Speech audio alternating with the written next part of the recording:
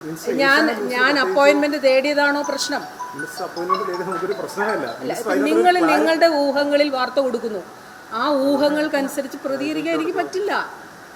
ഞാൻ പറയേണ്ട കാര്യങ്ങൾ കൃത്യമായി പറഞ്ഞിട്ടുണ്ട്. ഞാൻ ഇന്നലെ ഡൽഹിയിൽ നിങ്ങളുടെ ഉൾപ്പെടെ റിപ്പോർട്ടറോട് വളരെ കൃത്യമായിട്ട് കാര്യങ്ങൾ പറഞ്ഞിട്ടുണ്ട്. എൻ്റെ ഉദ്ദേശ ലക്ഷ്യങ്ങൾ എന്തായിരുന്നു.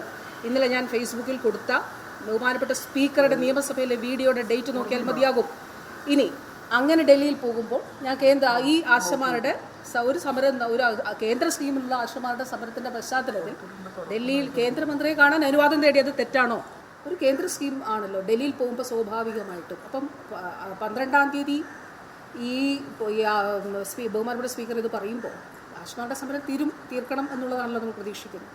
അപ്പോൾ തീരാതെ മുന്നോട്ട് പോകുന്നൊരു സാഹചര്യത്തിലാണ് തലേ ദിവസം വീണ്ടും ആശമാരുടെ ചർച്ചയിലും ഈ കാര്യം പറഞ്ഞിരുന്നു. NHM-ൻ്റെ ചർച്ചയുടെ അതിനുശേഷമാണ് ഞാനുമായിട്ട് ചർച്ച നടത്തിയത്.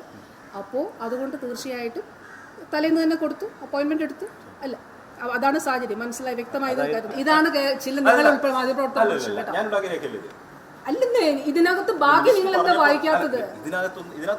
ഇനി ഒരു കാര്യം എനിക്ക് പറയാനുള്ളൂ. നിങ്ങൾ ഇഷ്ടമുള്ള വാർത്ത കൊടുത്തോ, നിങ്ങൾക്ക് ഇഷ്ടമുള്ള വാർത്ത കൊടുത്തോ. ഞാൻ സത്യമാണ് പറഞ്ഞത് അല്ലെന്ന് നിങ്ങൾ തെളിയിക്കുക.